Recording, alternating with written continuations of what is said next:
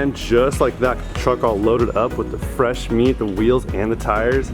Good to go. About to swap out the stock, what, 31s I think? I still haven't converted what size these two 65 18s are, but 35s are definitely a lot bigger. So this Tesla behind me is so shook. He sees a bunch of wheels and tires in the bed of my truck and he's like, nah, I'm not getting anywhere near you, bro. You're good, you're good. Ladies and gentlemen, welcome back to the channel. So I'm on my way down to Costa Mesa's signature wheel and tire, signature performance or something like that. I've seen their shop a bunch of times. They have great reviews online. Never been there before, but they do specialize in like off-road, you know, off-road kits and wheels and tires and trucks in general. So they seem like the right place to go to. I'm really hoping I don't need wheel spacers today. I'm hoping that's like an option for the future. I do know that these bigger brake calipers on the new body Silverados are hard to get around on a lot of wheels out there. So hopefully all goes well today. I'm also gonna need some lug nuts too. So hopefully they have a good stock of lug nuts. I'm sure they do because they are a wheel and tire shop. So I'd imagine they do have a nice selection of lug nuts because the factory lug nuts don't work with aftermarket wheels. So we're gonna need some lug nuts as well as the alignment, the mounting, the balancing, and then we are good to go. Hopefully everything goes well. I don't see why it wouldn't. Aside from needing some spacers potentially, we should be all good, but we'll see. This Tesla just not having it. He's like, dude, I see all those wheels and tires in the bed of your truck. I'm not getting anywhere near you. I'm keeping 20 feet back. All right, though. And just like that, welcome to Signature Performance Tire and Wheel. This is it, boys. Let's get her done.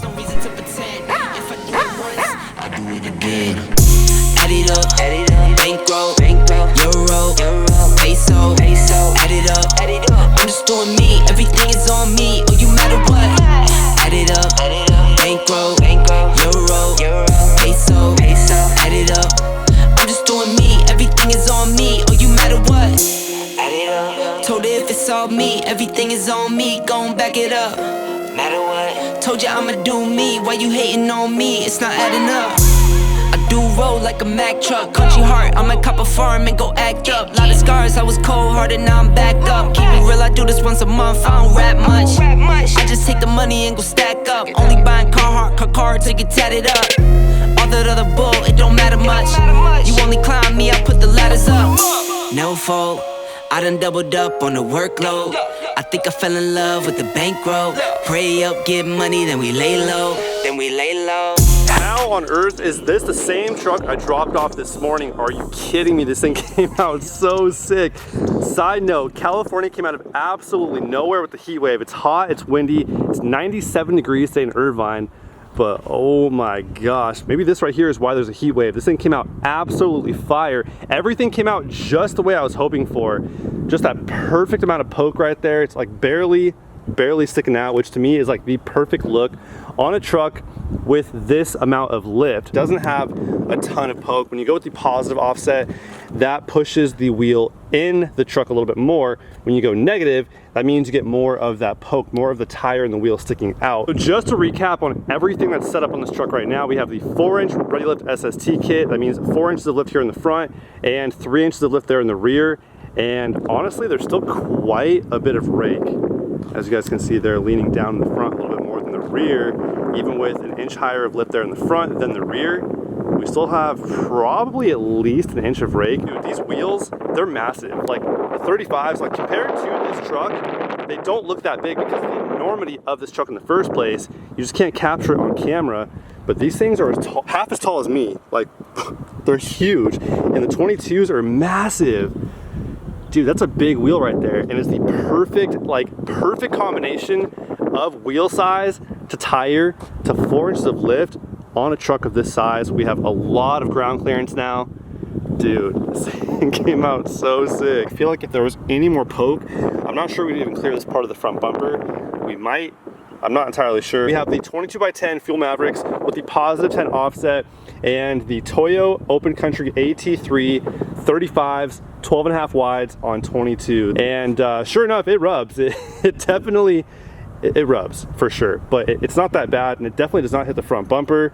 It does need some adjusting with the inner wheel wells and that mud flap too. I'm loving this black on black look right now. That satin black finish with the milled inserts on the black paint looks so good. But this truck is getting wrapped sometime very soon now. How about this for an idea, by the way? So I'm playing with the idea of wrapping the bed in a whole different finish, forged carbon. What do you guys think of that right there? Wrapping just the bed in a forged carbon, like a high gloss or a matte finish. This one right here is the matte finish, and this one right here is the gloss finish. And the rest of the body, aside from the bumpers, so all the doors, the hood, the fenders here, and these little fangs right here in that Metro Dynamic Lime Green.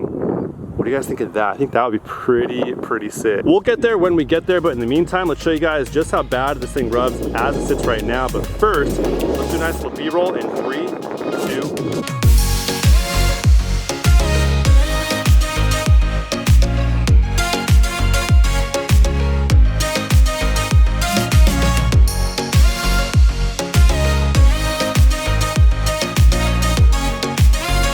We're gonna do some testing to see exactly at what point this thing rubs. So we'll start with going forward and turning left. So we cranked it 1 time over to the left and we're not rubbing yet. So there's 1 1/4, 1 1/2. Okay, so we're hitting right there. It does rub a little bit right here on this plastic mud flap right here. So I guess we have to cut probably right about right there and then sort of just figure out what looks best here on the back side. And on this side, we are rubbing the front as well. So that front part needs to be adjusted, probably pulled back a little bit, and that'll solve that problem right there. Now let's crank the wheel to the right and see if that changes anything. So here is all the way straight. Now we're gonna go right and then right at about 1/4. So it's already rubbing. It doesn't rub if I go slow until I hit that point right, yeah, right about there.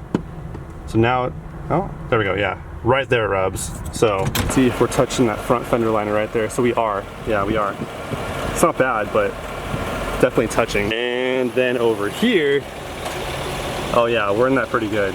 So it's not terrible, but it's not good.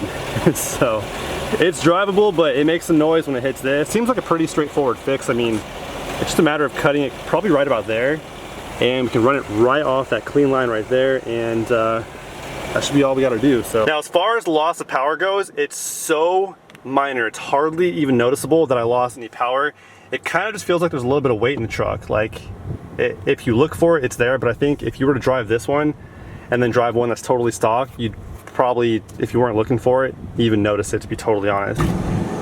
We could probably get tire spin too. To be totally honest, there's a lot I would sacrifice to achieve a look like this. I am so stoked on how this came out. I would sacrifice some of that turning radius, some fuel efficiency, and even some power. But luckily, I don't think we have to sacrifice any of that turning radius. With some minor trimming here on that mud flap and pulling some of that fender liner back a little bit, we should be good to go on that end. It's a little too soon to tell what kind of fuel efficiency I'm gonna get, but I will update you guys on that sometime in the near future. And as far as the power goes, I didn't lose any power really at all. It's barely noticeable. It feels slightly sluggish, but like barely.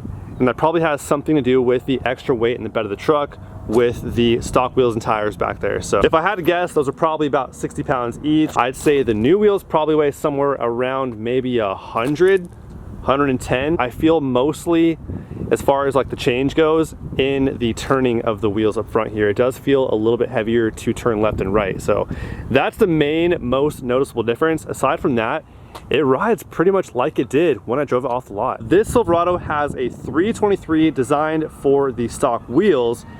These are 35's. That is quite a difference. Considering the size difference, I'm pretty impressed with how this thing feels. So let's get a little nerdy for a second. So in the axle, there's a ring gear and a pinion gear. Those are designed to work together. You can't change just one or the other. And generally, when you go with a bigger set of tires, you want to re-gear that rear axle, and if you have 4x4, then you want to re-gear the front as well. So again, this truck has the 323 in the rear axle. So here's how an axle gearing is determined. The pinion gear is what attaches to that drive shaft. The pinion gear engages into the ring gear, and that's what rotates the axle. So by counting the teeth on the pinion gear compared to the number of the teeth on the ring gear and dividing it by how many times that number of the teeth on the pinion goes into the ring gear, that is your gearing ratio. So something like this 323 on 37's is going to give you really good gas mileage on the top end, but it is going to be really slow off the line. So say something like a 488, that is going to be really good off the line with tons of power, but it's going to give you terrible gas mileage on the high end. Imagine like a mountain bike, for example. So that first gear is really good off the line, right? And an axle doesn't change gears. So it's going to be in that one gear the entire time. So you got to find the right gear that gives that perfect balance between power and fuel efficiency. So imagine having that really low gear on all the time. It's going to be really, really good off the line, give you tons of power. You can do burnouts, all that good stuff.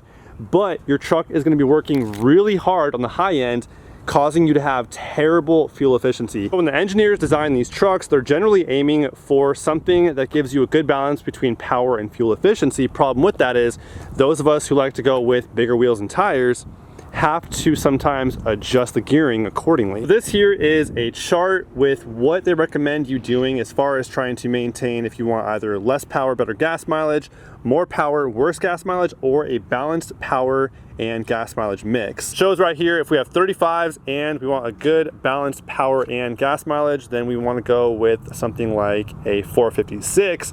Maybe even a 488 if we want a little more power, but we're gonna have a little worse of gas mileage. But then if we want something a little bit closer to less power but better gas mileage, then we want a 427, maybe even a 411. Also guys, make sure you call up Daylight Window Tint. Pedro, the owner, is hooking you guys up. If you call and say Mark Brenner sent you for the entire month of May, you're getting 20% off your entire Lumar IRX tint job. Call now, get yourself scheduled in. Summer is right around the corner. Protect you and your entire family from those harmful UV rays. You guys are getting hooked up. I'll catch you guys on the next one. Till then, peace out.